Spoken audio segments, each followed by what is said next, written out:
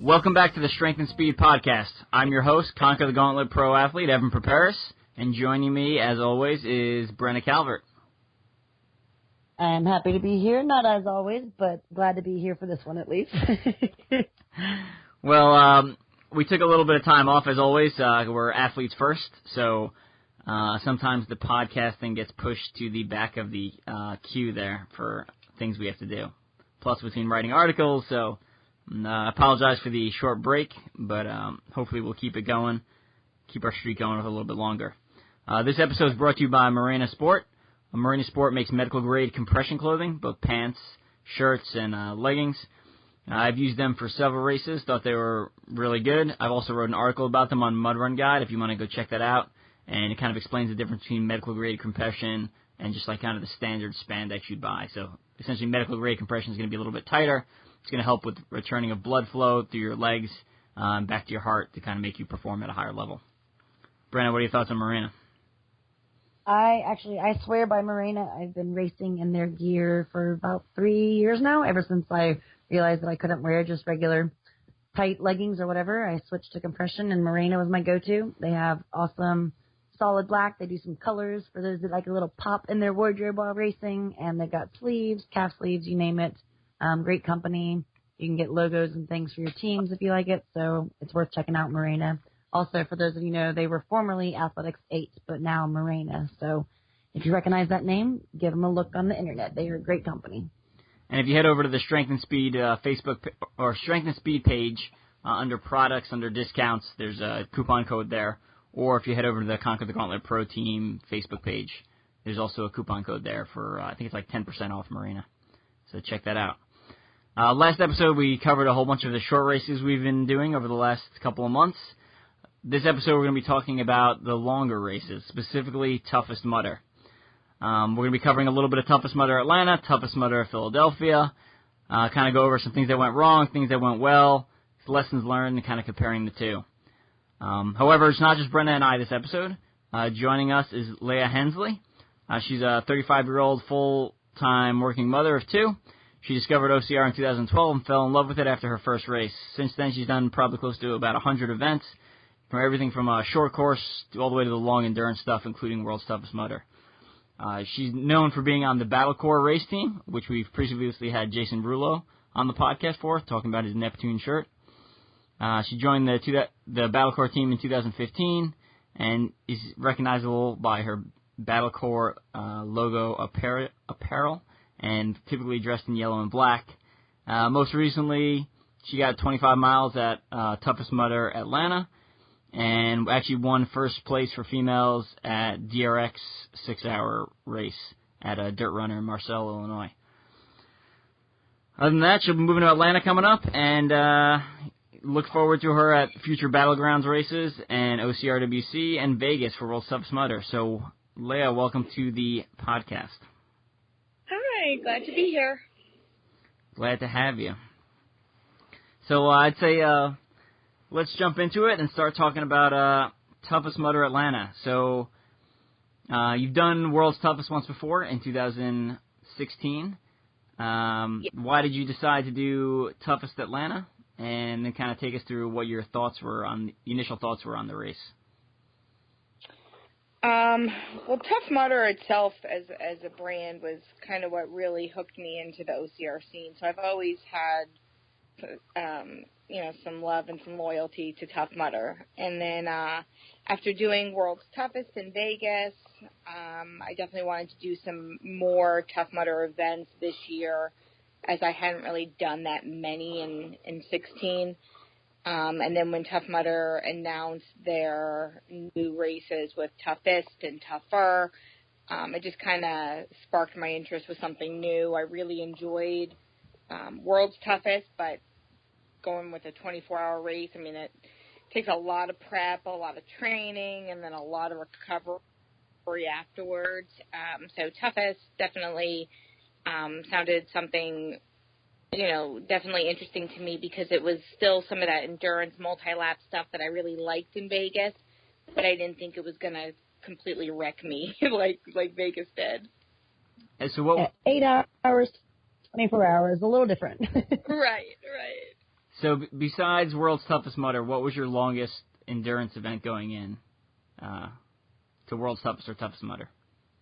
Aside from World's Toughest in Vegas, I had also been one of the few that was able to do the BFX 24 that Battle Frog had done the 1 year down in Miami, and that was also a 24-hour event. So that was my first attempt into the endurance world, and I really liked it, and that's what kind of gave me the courage to sign up for Vegas because it was completely different conditions and terrain and all that.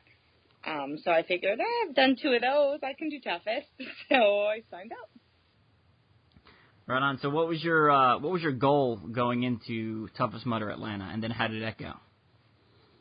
I mean, in theory, I think anyone who is trying to compete, who signs up for a toughest, is going in thinking they're going to get the 25 miles. So in my head, I'm like, oh yeah, 5 laps, 25 miles, totally doable.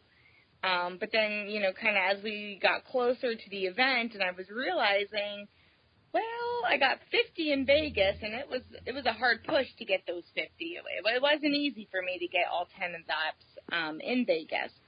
And then the realization of, oh, wait a minute, now I've got to get half the laps in a third of the time, kind of messed me up in the head a little bit going into the event. I was kind of, overthinking things and, really getting anxious before the event started even, worried about what am I doing? Am I going to waste my time? How's this going to go? So I definitely had to struggle with some of that before the event even started. So for those that don't know, Toughest Mudder, if you get 25 miles, you basically, what we're talking about here is contender status, and that's contender for Vegas World's Toughest. And basically, it has different pros to being a contender. So for you, what was your reasoning or thought? I mean, are you going in as contender for the money at World's Toughest, or was there another pro or benefit to you becoming a contender for Vegas? Well, I think, the whole contender status, is kind of, everyone's kind of wondering really exactly what does that mean.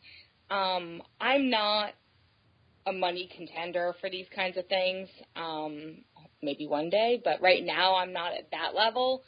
But I know one of the other benefits to the contender status is better pit preferential placement and start times in the corral. So that kind of drew me, especially with as many people that come to Vegas and with the increased coverage with CBS, and, all their, people are now hearing more about it and all the increased exposure. So I was like, well, if there's going to be a lot more people there, then, pit placement could mean something, and I don't want to have to, kill myself just even getting to my pit. So that definitely drew me, and, let's face it, I like bling and I like cool stuff, and supposedly there's, cooler bids and cooler stuff for contenders. So, it was definitely something I wanted to do. Very cool. Makes more sense because everybody's kind of wondering, what does contender get you, or why is everybody going for it? So everybody kind of has a different reason, or just the fact that they can say, I'm a contender, whether they really want the pit spot or not. Right. So tell us a little bit about Toughest Mudder Atlanta, or South, I guess was the actual name of it. Talk about the kind of the conditions, the weather, and the just kind of your thoughts going into it and how it actually played out on race day. Well, I mean, it's an 8-hour race. It starts at midnight and goes till 8 a.m. So, you're basically racing in the dark the whole time. So that adds a different element of planning with, headlamps and night gear kind of stuff, strobe lights and whatnot. The biggest thing as far as preparation goes for these kinds of events in getting ready is weather. You just don't really know what you're going to be facing. In Vegas, everybody knows, you got to bring a wetsuit. It's going to get cold. You don't want to get hypothermia. Prepare for the cold. But going into this, different time of year, different terrain, I basically took the approach of I'm just going to bring everything I've got and make a decision. I'd rather have too much than too little. And as we were leading up to the race, I think weather reports were calling for thunderstorms and rain, and, there up until the day of the start, it looked like it was going to be pretty nasty. But luckily, that all cleared out, and weather was great. I was, prepared with my my Neptune shirt you had mentioned earlier, my teammate had created, and so I figured that, if it got too cold, I would need that, but definitely didn't look like we were going to be needing wetsuits or contending with really cold temperatures, which is good because I hate the cold. And I had this stuff with me, but honestly, I never changed once. The weather stayed pretty nice. I was able to stay warm without having to use my heaters in my shirt or a jacket or anything like that. So when you get to save time, not having to worry about, wardrobe changes, it's a good thing. Anything I can do to save time and stay on that course and moving is going to help me. Yeah. So speaking of time and changes and stuff like that, did you have a game plan going in that you were going to be stopping at your pit every time? Like, did you every lap go into your pit and your bag and eat and fuel up, or what was kind of your game plan going in, and then how did that work for you on course?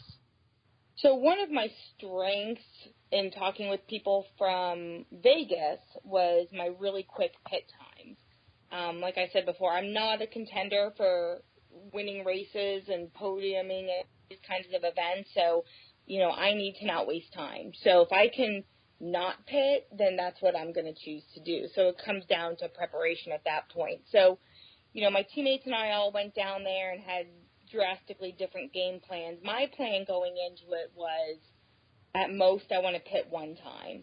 I figured if I can bring everything else that I needed with me and just keep moving on the course, even saving 2, 5, 6, however many minutes each lap not going into the pit, it was going to, help me in the long run. So I went into it with the game plan of I'm going to stop one time and reload my pack.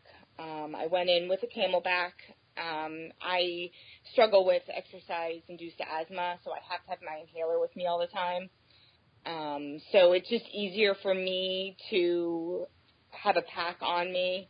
So I had that. I had my my fuel, which I choose a product called Intraformance by First Form that I've used on these longer endurance races that does well with me, sits well on my stomach and doesn't make me sick and helps keep away cramps. So I had that in my pack, and then I had my goos and other nutrition, and off I went. Yeah, I think you hit a couple of key points there. One is bring everything and prepare for the worst. So I do the same thing. I bring a giant rolling bag full of gear, and I honestly... Let me emphasize, take up like a whole table. I honestly don't use any of it ever, but I still bring it every race. At Atlanta, I had it with me, literally didn't open it, didn't wear a shirt, was just wearing shorts, the same pair of socks, the same pair of shoes for the full 8 hours. And basically, I could have shown up with what I was wearing and a small backpack with my food in it, and I would have been fine. But I still bring everything, right? Because you never know. And you never know, over the course of 8 hours, just because you're warm at the beginning may not mean you're warm at the end. The temperature drops, especially if you're a slower runner. As your pace drops, your temperature is going to drop. So some of the more competitive guys and girls that can run for a full 8 hours, they can often wear less clothing and get away with it, which is something I personally do. But what was the temperature? What did it end up being in Atlanta throughout the night for y'all? I don't know. I mean, I don't think it got below, maybe upper 50s, lower 60s, what do you say? It wasn't cold. I think it was around 60. Yeah, it wasn't cold. And Arctic enema was not, it wasn't like a thick layer of ice. It was like a couple of cubes floating in there. So I went in and I was like, oh, that was refreshing. And came back out and kept running. It wasn't bad. Arctic enema is one of my least favorite obstacles, referring back to the fact that I hate being cold, but it actually wasn't too I'm waiting until I hear someone say that they like the cold or that they like Arctic enema because most people I'm like, no one likes the cold, but there's some people that are crazy enough, and we haven't had them yet, but. See, I would say I like the cold, not because I like it, but because other people like it less. So if it's cold, other people will suffer more than I will, and typically quit earlier. So that's like a good mental strategy right there. Yeah, exactly. I would say I think the worse the conditions are, the better. I won't get as high a mileage, but everyone else will get lower mileage too, and everyone else will get lower mileage at a faster rate than I will. So, like the 2014 windstorm at World's Toughest Mudder, I just powered through that, and I think a lot of guys who were physically better than me quit because they didn't want to stay out there. So Evan, I guess Leah, you got your 25, you said, for contender, but did you end up sticking with your plan? Did you not pit as much and you did just one pit and that worked out for you? Played well? Well, lap 1 went well. Lap 2, I guess I didn't account for some of the obstacles taking as much time as they would. Specifically, the stupid mud mile at Atlanta took forever. It was the longest mud mile. And you just couldn't do it by yourself. You had to get assistance. So, it just sucked so much time. So my splits starting out were slower than I had targeted. So I felt like I was playing catch-up almost from the beginning. So after lap 2, I had decided, that's it, I'm not pitting at all. Whatever I have on me is what I have on me, and let's re-ration what I've got and make it work. And then lap 3 is when I started really struggling with, I had ongoing knee pain that usually kicks in around 10, 15 miles or so. So my knee started bothering me, and then it became pretty evident towards the end of my third lap that if I didn't stop, that there's no way I would be able to keep that pace up. So I ran into the pit as quickly as I could to just grab some painkillers, which I usually had in my pack on me, but for whatever reason, I just didn't have them that time.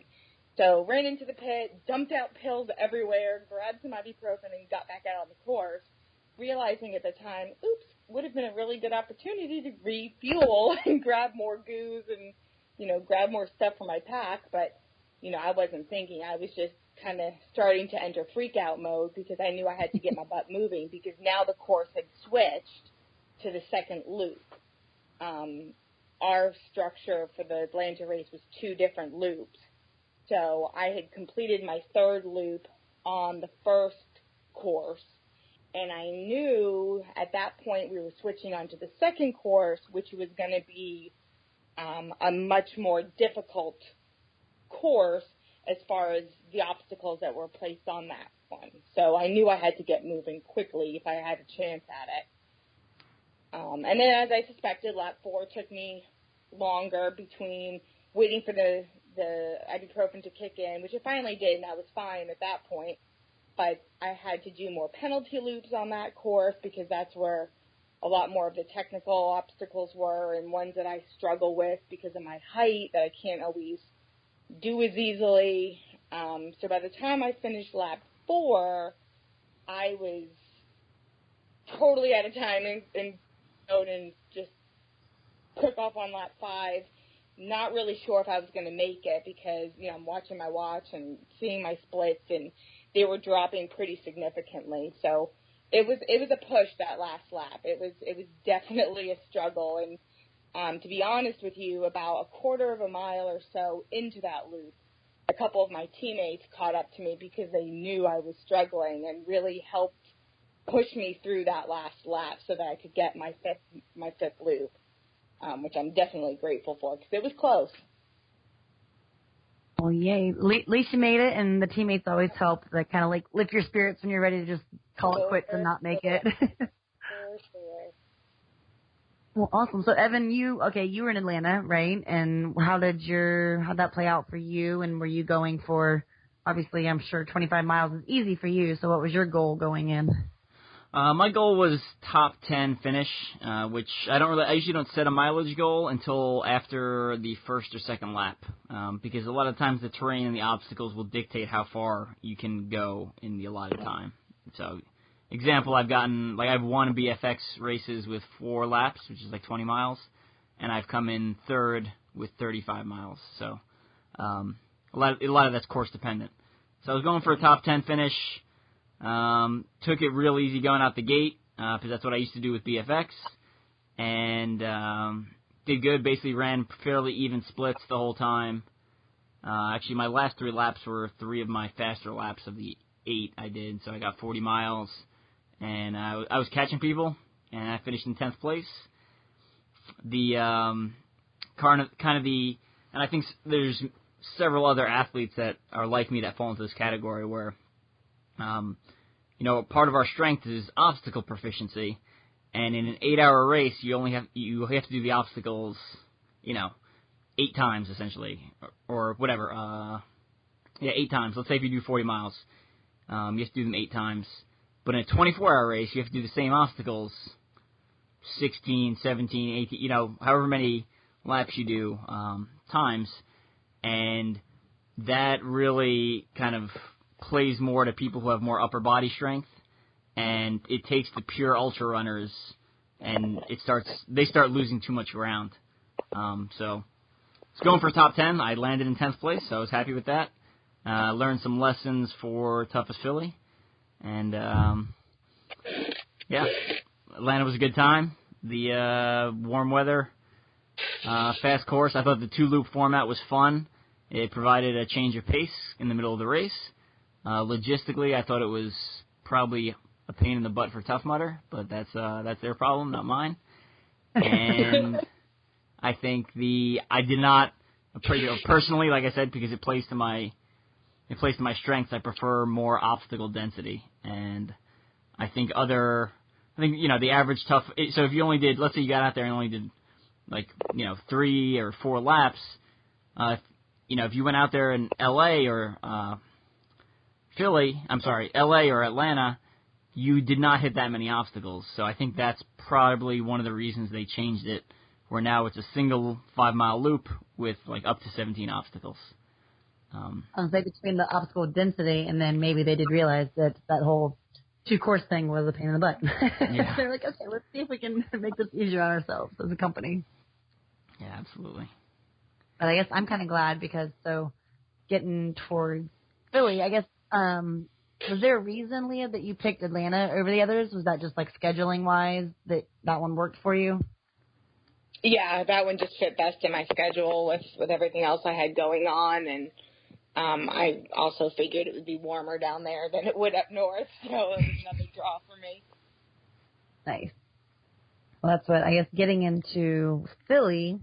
That's where I come in a little bit, and I wanted to go to Atlanta so bad because anything Atlanta, that's what I want to do. I always want to go to those events living there, but with Bill's schedule for Conquer the Gauntlet, I was limited to one toughest event that I was available on the weekend, and that wound up being Philly, and it was kind of exciting when I first realized it because I hadn't raced there before, but then it was also nerve-wracking to realize that it was on the northeast and it gets cold up there. Yep. Wasn't too excited about that one. But getting into Philly for me, I basically have only done one endurance, quote-unquote, event, I'd say, and that was the rat race last year. I did the Dirty Double in the UK, which wound up being 40 miles. And my time, I think it took me 10 hours to do that. So you want to do that one? Is that what you said? So bad. It's definitely a bucket race for me. Oh yeah, it's amazing. It needs to be on everybody's list because it was just fun and the obstacles and stuff. But after doing that and surviving, I mean, I basically went in there pretty much blind. Like I did it with a team. It was an individual race, but we stuck together to get everybody through it. But when I survived that and like didn't die, and I actually wound up second place female, and we lucked out. We actually had decent weather there. But when I finished, I had the like endurance bug, and I've been following World's Toughest Vegas for a couple years now, and just like I'd follow all the live feeds and thought, okay, I'm gonna do this one year. And last year I wanted it to be my year, and that didn't happen. So this year when they announced the whole toughest and contender and everything, I was like, all right, I'm going to Vegas one way or another. I don't care how it happens, but I'm gonna be there. And so I picked toughest Philly to go for contender. And my reasoning, along with the pit status and whatever, I tend to dream big and hopes that, you know, maybe I can be like top 10 or top 5 female. I know World's Toughest, they pay out top 5, and, you know, I just aim really high, as stupid as it is, when I sometimes know that it's like not attainable. That's awesome. But that's why I'm like, okay, if I just go for that, then I'll either fail miserably or I'll succeed. One way or the other, you have 50-50 chance. There you go. But I planned, and leading into Philly, the weather wasn't really scaring me at first, and then I left Atlanta build for Conquer the Gauntlet, and I've been in like 85-degree weather outside, sunburn and everything, and take a road trip up to Philly after 2 weeks of build, and people start posting the weather updates, and it's looking chilly, and they were calling for storms, I think, originally. I don't know. But I'm trying to wrap my head around the fact that I don't have cold gear. I hate cold gear, and I hate the cold. So I was just like, I'm like Evan, like I don't like extra stuff on me. I'd rather run with sports bra and shorts and no hydration pack and no gear, just because to me it's annoying and cumbersome in my opinion from what I'm used to, because I'm used to smaller courses. So I was thinking, okay, 8 hours. You know, it's less time than the first endurance event I did. So 25 miles, I should be able to do that. But I wanted that, but I had a goal of like 35. It was what I really was shooting for, just to kind of up it a little bit and push myself. Well, people start posting on Facebook, and it gets closer and closer, and I'm on the road, and people are starting to say, oh, wetsuits are going to be needed, and everybody, hope you have your wetsuit. And it's starting to get in my head, like, oh my gosh, what have I gotten myself into? You know, I packed for about 2 months on the road, so I made sure I had the only leggings I have, and like I had my Marina long sleeve compression shirt, and I thought, okay, well, I'll take that just in case, you know, that's the best I have and the best I can do, because I wasn't ready to buy a wetsuit for Philly, but I'm planning, like Vegas, I'm ready to go with everything and have the gear the right way, just because, I mean, that's a whole different ball game in my opinion. And I just thought I could get by Philly fine, so get there, and sure enough, it's turning into shooting for like 40-degree temperatures. They were, you know, saying like lower 50s, upper 40s. And I rode with my boyfriend Tracy, and I'm just like, the look on my face was like, are you kidding me? What have I gotten myself into? Freak out mode. But still, game plan, same thing. You know, really couldn't change it at this point. And I had packed based off what Evan has told me, and like, you know, Evan's coaching me through it. Messages like, okay, you know, pack your food and fuel per lap in your bag, you know, be ready like that. And his laughing point that I found funny was like, if you get cold, just run faster. I'm like, exactly. I can do that, right? I stand by that. I stand by that statement. Well, so on a serious note, that realistically, like the majority of your heat is generated internally from movement. So. I mean, so the catch there is you need to be able to run for close to 8 hours. Like, if you can't run for 8 hours, that's not going to work, because eventually you'll have to like walk, and you'll start getting really cold. Well, exactly. And so like you had told me that, and I was like, oh, hey, the 40 miles, I surprised myself without training and ran the whole thing. So I was like, I got this.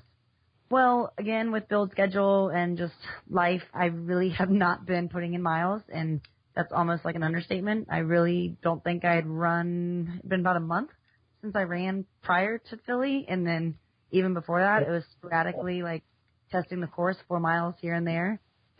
So for a normal person that's training for these events, I sound like an idiot because I just, like, haven't been training, haven't been running, and I hear everybody else is like, yeah, I'm getting my miles. I'm like, all right, well, I just tend to be that natural smart/not smart person that just goes out and wings it. Well, so I did that and get on course, and I've never done night running. I hate headlamps. So this is just all stacking up to a really good idea. Put my headlamp on. It's a totally different experience. Like, to get used to just night running and trusting your feet to not trip over yourself and learning how to run with a headlamp, like, it's a different experience. And that's why I wanted to do this, was for that whole experience.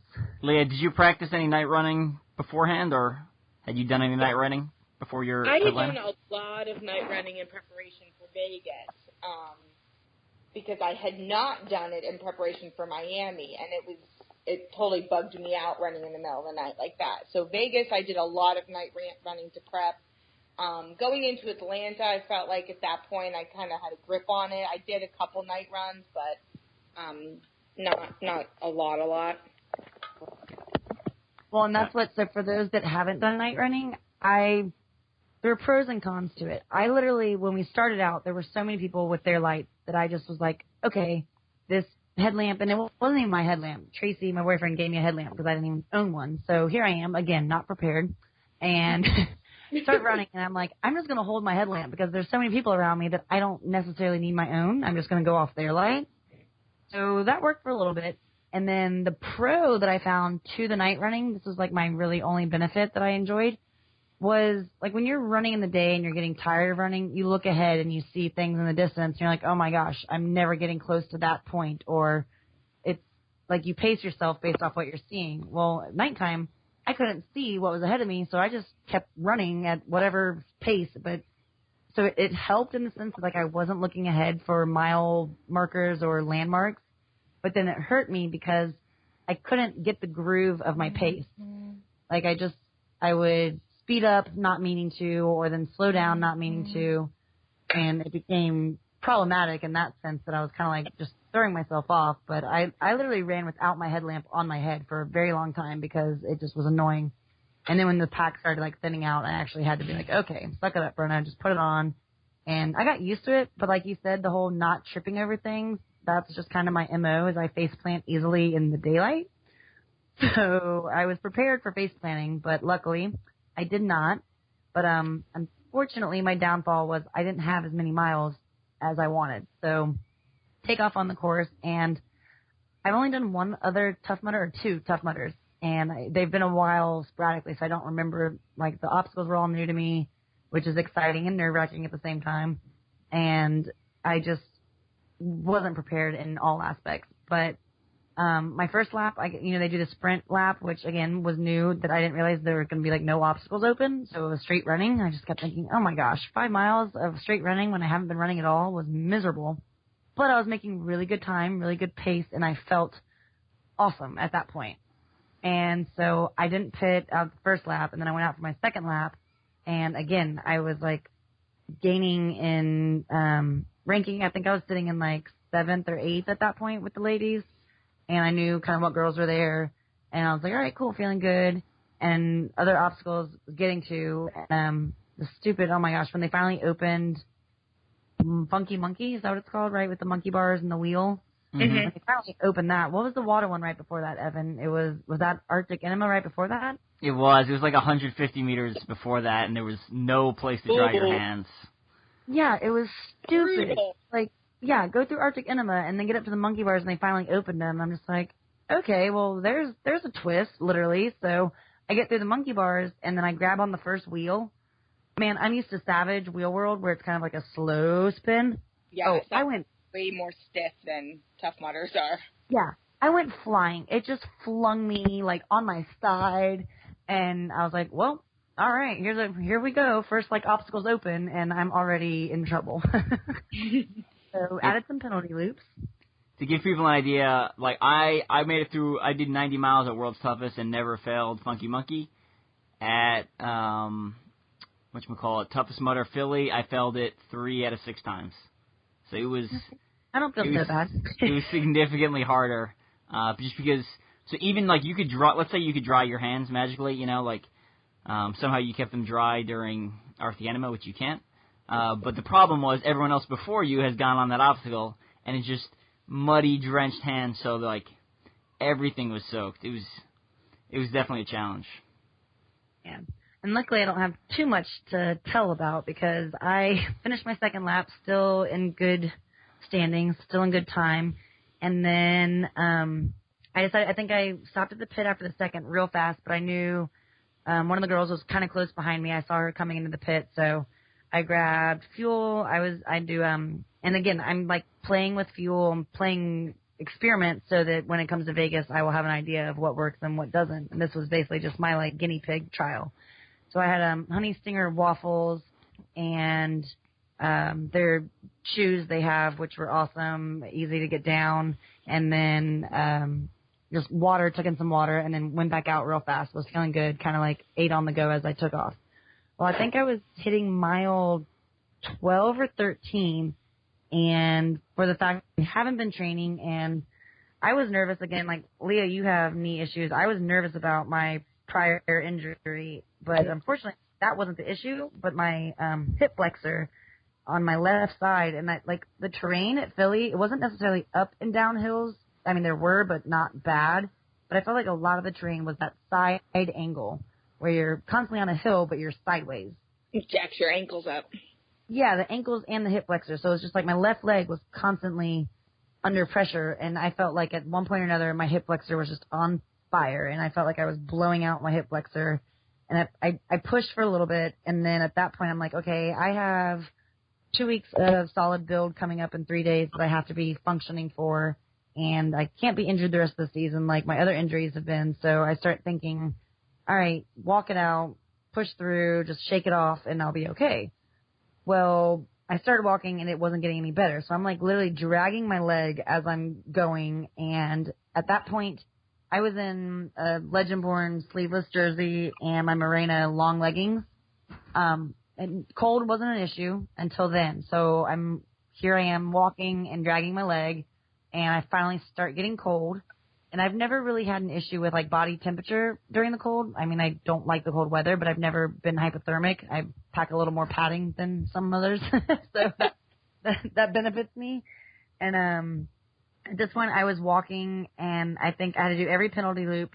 Things were hurting, and I started shivering, and I was literally walking with my arms, like, tucked in, trying to, like, rub my arms and warm back up. And people, as they were passing me, I kept getting that, "Are you okay? Do you need help?" And I'm like, oh, geez. Because I have a really high pain tolerance, so when people started noticing that I'm looking miserable, that's what started worrying me. It was like, oh, like, every person that passes me is asking if I'm okay. And all the obstacle attendants kept checking on me, but I kept pushing. And then I was going, and what I've heard from others that have instructed me, when you are becoming hypothermic, you basically stop shivering. So I got to the point where I think it was Operation had finally opened, which is I guess they're like one of their zapping ones, because we didn't have. I love that obstacle. Oh, well, I wanted to do it because I've never done it, but they didn't have, what's the other shocking Tough Mudder? See, I'm new to Tough Mudder obstacles. The therapy. Yeah, so that one wasn't in the course, which I was so excited about. But then I hear Operation is, and it finally opened up, and I had kept going through obstacles and doing penalty loops, and I get to Operation, and at this point, I am miserable. I cried on the course somewhere because I was, like, in the dark by myself, and no one was around me. I just kept thinking, like, my boyfriend was going to catch up to me and get me through to the finish line, and I just wanted to cross the finish line. I didn't want to be pulled off course for a medic reason. And get to Operation, and I saw the penalty loop, but apparently it was one of the shorter penalty loops, which I did not know. And I knew I wasn't going to get through it, and I told the obstacle attendant, I was like, I can't do the penalty loop. I couldn't add any more mileage. I was about to be crawling. So she calls in on the radio to medic, a DQ, reads my number, and at that point I'm just like, oh no, it's over and done. And I walked to the finish, past Operation, didn't even get to do it. And I was happy and proud that I crossed the finish line without, like, a cart dragging me across. But I wound up I think I was like 16-something miles because of penalty loops. And when I crossed the finish line, my boyfriend had a feeling because we were leaving notes during our pit, like what time we were there, so he could tell where I was. And he waited an hour in the pit after his second lap because he had a feeling something was wrong. He was watching my split times, and they were really good, and I was in like 6th place at one point or another. And then the times just started dropping like exponentially, getting really, really slow. So he started realizing something was wrong. And as soon as I crossed the finish line, he had started to head backwards on course to find me. And I let go at that point. I couldn't walk any longer. He was dragging and carrying me to the pit to take my clothes off. I told him that I was about to be hypothermic, and he grabs me. He's like, yep, your core temperature has dropped, like you're cold.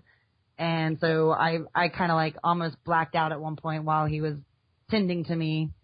So unfortunately, that was my toughest experience. I did not get contender status. It was my only chance to get contender status. And I learned a lot. Like y'all said, go prepared with everything and prepare for the worst, especially if you've never done it. Like, be prepared to add clothing or something or have it, and don't be like me, train. So I realized that my lack of training and my lack of preparation were my downfall, which I knew that if I had a downfall, that was going to be it. But I learned that I do like night running, and I can deal with the headlamp, so I sucked that up. And now I've got more goals of trying to fix all of that and get a wetsuit and everything for Vegas. I think you've done something else that's kind of a different experience when you start doing these longer runs, and it's the head game of it all, and it's the thought that, you know, trying to deal with all the thoughts that are in your head. When you're just doing like a 5-mile run or a 5K or whatever, you know, it starts and it's done, you know, an hour you're out there, you're done. There's not a lot of time to think and process things. But when you're on a course, and I'm doing a lot of it by yourself, in the dark, alone, you know, your mind starts wandering, and you start, you know, one little tiny seed of doubt just blooms into, you know, the biggest catastrophe ever. And, you know, training that part of your body, you know, going into these things, at least for me, has been just as valuable as training my body, my physical body, for the running part. Yeah, well, and that's what the other thing that amazed me was, I've done races all across the country, but this was kind of my first time headed like northeast, or I guess that's northeast. And it was the first race that I didn't really know people at the event. Like the first lap I ran with one person that I knew and chatted along the way, and then the rest of the time there weren't people talking to me and chatting, being friendly that I knew. I mean, of course, everybody was awesome, and the volunteers were great, and everybody was very friendly, but they weren't personal connections I had. So, like, I kept thinking there will be no time that I'm alone or won't know someone on the course. There's so many people. But sure enough, like I said, I got left in the dark where there was no one around, and I didn't know anybody, and that head game set in. Like, I'm done for. I want to quit, and there's no one around me to put me up and keep me going. And I just couldn't believe that had happened. Like, I just was like, oh, my gosh, no one came by at that point. Like, no one was there to keep pushing me. Like you said, your last lap, your team found you. Well, that's what the head game set in, and at that point I was already so past normal pain that I said, okay, I'm done. You know, I pretty much counted myself out then and kept trying to go and just really couldn't. And that's absolutely correct. Ultra sports, Ultra-OCR is all, it's largely mental. You know, where your brain is telling your body to go, your body will follow. I know I've beaten some guys who are definitely in better shape than me at World's Toughest Mudder, because, I mean, I would guess because my mental game was stronger than theirs for those type of events. So you got to keep your head in the game, and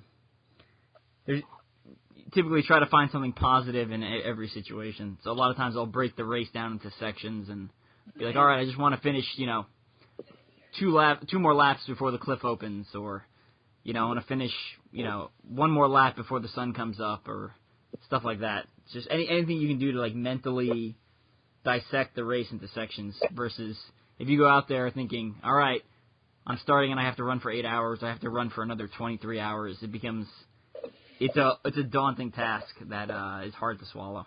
So Well, I was actually glad, Evan, you were probably the only other person that I saw when you passed me at one point at that little, like, uphill and then the little log wall, and you asked how I was going. At that point, I was already done and counting myself out, but I didn't tell you that. I was just like, oh, I'm all right. And you just kept trucking along, and I could tell that you were, like, getting in the zone. You're picking up pace, and that's what I've learned about you. Like, when it gets to halfway, I think when I finally got my wits about me in the pit and your dad was there and I realized what time it was and it was halfway, he was like, yep, he's in churn mode. He's knocking people, like, ranking, going up in the line. And I'm just thinking, like, yep, here he goes. He's turning it into high gear and just picking people off left and right at that point. Yeah, Yep. and I mean, what's funny is, like, the race is 8 hours, which is super long. That's, like, right, for, like, the average person, that's a really long race.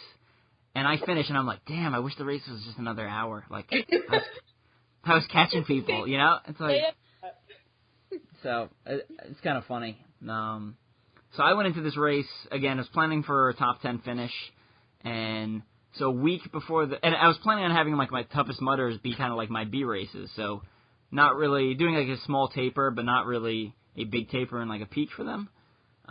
So a week before the race, I get contacted by CBS Sports, and they're like, hey, we heard you're one of the contenders for the race. We want to interview you. And I was like, all right. And now it's an A race. So, right, so they, like, interviewed me for 45 minutes the day before the race.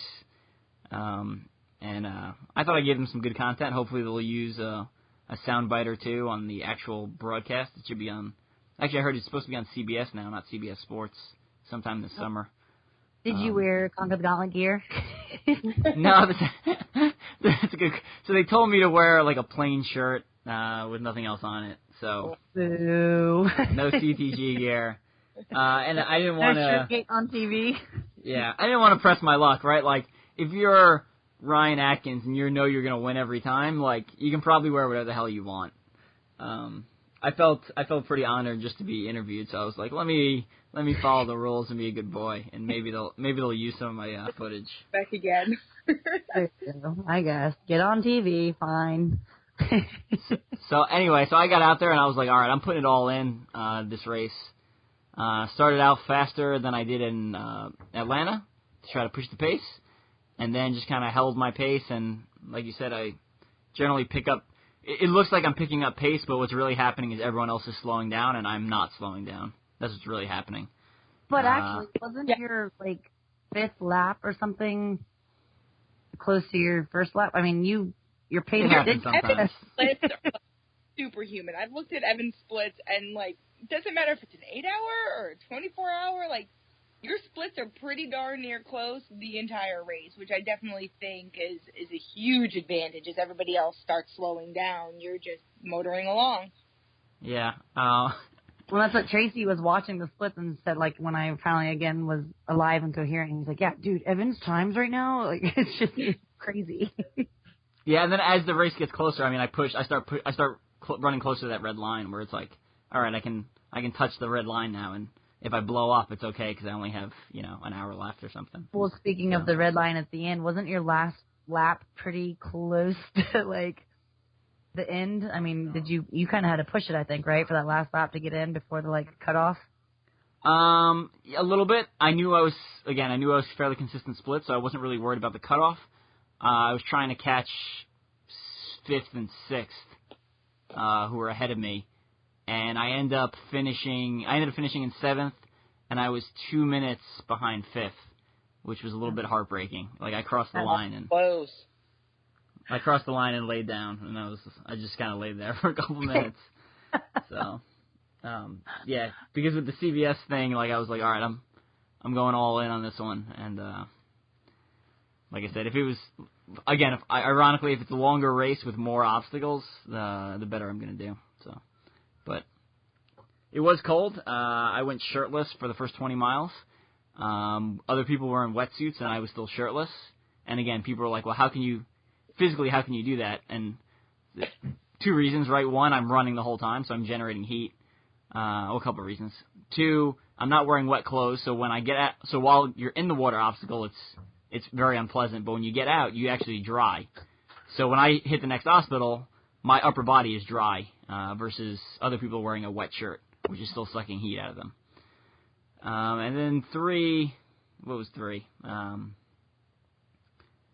can't remember where I was going with that. Well, so after, because you're out of all of us on this conversation, you did both. Did you have other than obviously you placed better in Philly, did you like one over the other? Or again, with the format being different, was one suited to you better or more preferential or anything like that? I mean, I thought the format of Atlanta was funner, like the 2 different loops, because it kind of kept things fresh and changed it up mid-race. I like Atlanta better because, I like Philly better because there was more obstacles. So it kind of keeps your mind more engaged. And again, for me, I'm better at the obstacles, so it tires out my competition more than it tires out me. And that's what, after doing all of them and hearing some of the feedback now, I don't feel too bad. I mean, I know it sucked for me, and I hated it, and I hate the fact that I didn't meet any of my goals, and I don't have a chance to, like, get that contender status since I can't make it to Chicago. But I've definitely seen all the feedback where Philly was the toughest and hardest one of the toughest, and more people dropped and DNF'd and didn't finish out of all of them. And I was like, all right, well, at least it wasn't just me crapping out there. Like, everybody else had a hard time, too. So it kind of made me smile again and feel a little bit better that it wasn't just like I completely failed myself. It was a little, the elements and the cold and everything played into it. So, but I do have a lot. I have a lot to work on for sure. Well, and you definitely learned some things for Vegas because that's a totally different animal altogether, so having that experience and learning from that, I think is definitely going to benefit you if that's your end game anyway. That's going to, you'll learn from that. And that was the ultimate goal. I mean, obviously I wanted to do well for myself, but the ultimate goal is to prepare and know if I'm going to hate Vegas, and that's what I complained that I really hated. Like, I had no idea that Tough Mudder, I would be wet the entire time, regardless of failing an obstacle. Like, most short courses, you don't have to get wet unless you fail an obstacle because you drop in the water or, there might be like a mud crawl or a swim, but by the end of it, you're dry again unless you mess up. And so I was drenched, dripping wet from head to toe the entire time. And Tracy tells me, he's like, well, Vegas is going to be just like that, if not worse. And I'm like, yeah, but Vegas, I plan to have a wet. One of the biggest things that surprised me about Vegas was just how wet for how long we stayed, because there's so many obstacles. Never mind the penalty part of it. Like, yeah, if you fail, then you get wet. But they have so many other obstacles that are just, you're going to get wet no matter what, like rolling dice or Loch Ness Monster, whatever they call it, and, Arctic Enema. They have just built in where you're just getting wet a lot. Yeah, so that was, again, lots of learning, and glad I now know, but for Vegas, that was my joke. I was like, for Vegas, I'm going to have the gear. I just wasn't expecting it to suck so bad. So before we take off, let's touch on, definitely got a lot of good lessons learned out of that as far as bringing the right gear and making sure you train and then practice some of the things that are going to be more unusual, such like running with a headlamp or, practice, if you're not used to that, practicing that type of stuff. But also, before we take off, Leah, you recently did DRX, it was Dirt Runners Midwest Mayhem, a 6-hour race. So similar format, right? About just under 5 mile loop, a lot more obstacles, about 60 obstacles at the permanent OCR facility called Dirt Runner, just outside Chicago. Mm-hmm. So give us a kind of a quick rundown of your thoughts on that. How they compare to Toughest Mudder, and yeah. That was, it was a brutal course. Having done a couple of these different events, typically it's about 5 mile loops. So, that was standard. What made the Dirt Runner course much more different was how dense the obstacles were. There were you said 60 plus, I think is what they said. And there was anything from multiple back-to-back really heavy carries, a lot of grip strength obstacles, like just back-to-back-to-back for that second mile. So, going into that one, I had just done Atlanta, got the 5 loops, thinking, okay, well, I didn't really know, what to set as far as my goal went. Like you said, sometimes you just have to go in and see how the first lap or so goes. And then after that first brutal lap with some really heavy stuff, it became pretty clear that, you know, I wasn't getting 5. I was just going to keep going and, you know, see what happened. And, you know, it went well for me. There wasn't that many, there weren't that many girls at all, and there really weren't, you know, it was a smaller race.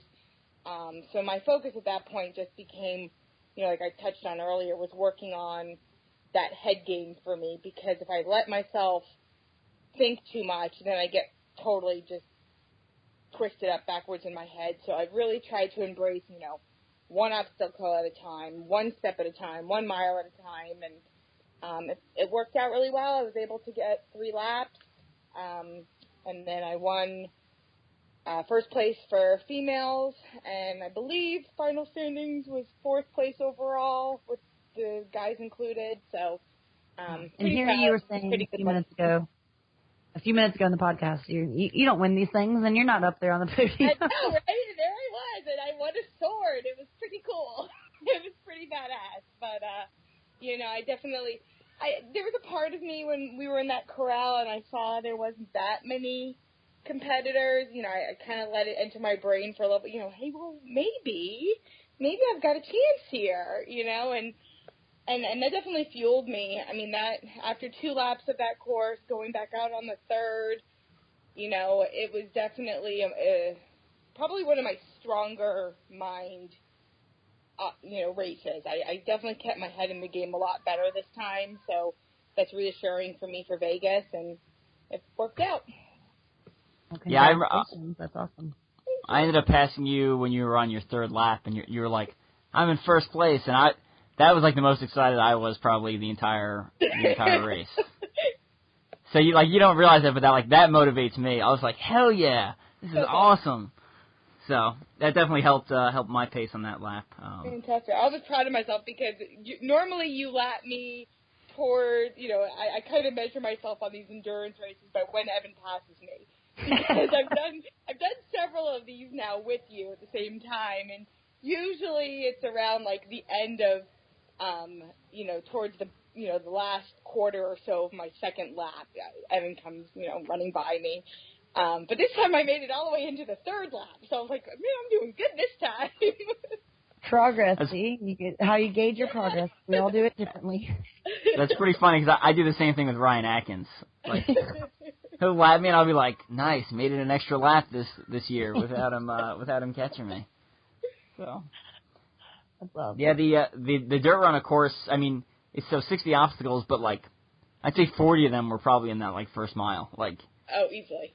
It was just like, I mean, you run on through the woods a little bit, and then it's like obstacles for the next mile or so. And I think there's some pictures on Facebook and some videos and stuff like that highlights it. And then the hard part is like the backside of the course was like very technical terrain. So you're running on angles, or you're going in and out of little ravines. You're in like shin deep mud. So, you know, if you're trying to get a lot of mileage, it's just not going to happen there. But for those of you who like that more technical terrain, or if you like Spartan races but wish they had mandatory obstacle completion, I think the dirt run, of course, is probably pretty good for you then. And it definitely plays well to the athletes that like, you know, more obstacles. And, you know, there really wasn't much area for open running on this course. It was a lot of just, you know, like you said, in those back ravines, just really technical climbing. And, you know, I thought about you as we were driving home, because I knew you were going for the 24 hours. And that last lap that I did, some of those, you know, mud pits, I mean, it was knee high and, you know, thigh high on me in some parts. And, you know, just thinking as the night went on, just how, you know, how much more difficult that course must have been for you guys at night. Yeah, it didn't get any better. Walking through some of those mud puddles or like shin deep, knee deep mud, and for the 10th time was. Well, I love it. Sharing a secret from Evan that he doesn't share with everybody, but if, like, our team, we look for updates, and Evan usually has like updates or something throughout the course of where he is, and one of our teammates was like, all right, we haven't heard from Evan, what's going on? And you finally chime in, and you're like, Well, I'm pretty sure I'm in first. I'm waiting for official results, but everybody else behind me's quit, so I'm done. Yeah, I don't blame you. I wouldn't have done any more than I would have had to do. Yeah, I was real happy. The guy in second stopped at 10 laps, which the owner said that, in order to get they have this, like, golden dragon head statue thing. He's like, in order to get the dragon head, you have to do at least 10 laps. So the guy in second stopped at 10. The guy in third, I think, was at, like, 7 or 8 or something. Mm-hmm. And I was like, well, if he's done at 10, I'm stopping. Heck yeah, get your dragon head. So I finished, I did one more just so I had a buffer in case he got antsy after a couple hours and decided to run back out. But, yeah, I think I ran for like 20 hours, probably. So. Nice. Well, congrats to both of y'all on that finish. Sounds amazing. But I guess that kind of wraps up some of those longer events that we've done. Now we got to talk about short ones and long ones thrown in there. Yep, and, yeah, do we have any, I guess, before we wrap up officially in this episode, any shout-outs? Leah, anything you want to give some props or credit to? I know you talked about the team helping you and all that.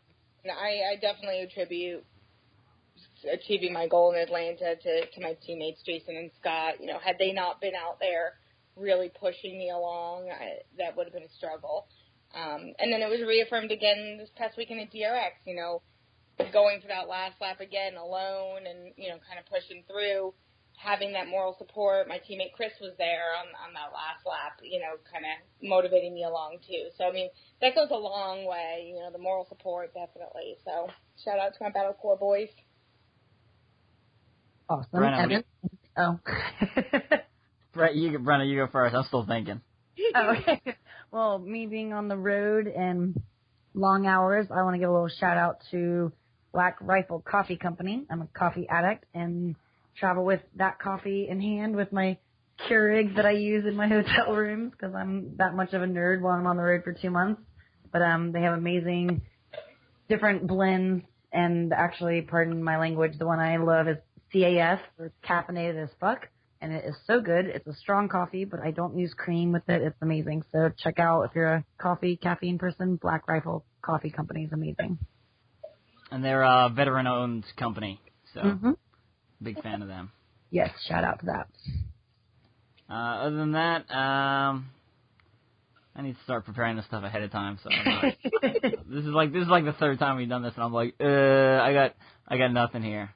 I'm just gonna give a shout out to my wife, who's never listens to the podcast, but I always say I talk about her, and she occasionally comes up.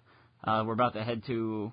Once for that 24-hour dirt runner, she took care of our 2-year-old daughter. Yeah, Matt, while trying your wife for that. Your daughter was so and she was so good, just hanging out in the tent, and they're just hanging out while you were out there being a badass. So definitely got to give her a lot of credit for that. She took care of both of us for the race, and my dry rub definitely came in key afterwards as a. So I was trying to, I hung it up like a shower curtain because they had the showers over there, and I'm like, all right, I'm just gonna strip down real quick, basically my ass is to the wood, so no one's gonna see it, right? Was this after you already showed it to the world anyway? Yeah. That's another story. You can check my Facebook page, the live video from Jay Flores, if you want to see my pants rip on camera live. Oh man, I gotta check that out. So anyway, so I go to change. I drop my pants, and I'm standing there naked, right? And I got the dry robe blocking the crowd. And every time I go to bend over, like at the waist to put on my pants, my abs start cramping, and like I can't bend over. So like I swear I was there for probably like 3 or 4 minutes, just like standing around naked, being like bending over, and I'd be like, oh no, let's go back to standing up straight. So that was awkward. Major props to Amy and the dry robe. That's about it. I think we're going to take off, and hopefully we will see you or hear you, whatever, next week. Thanks for joining us, Leah. Appreciate it. For having me.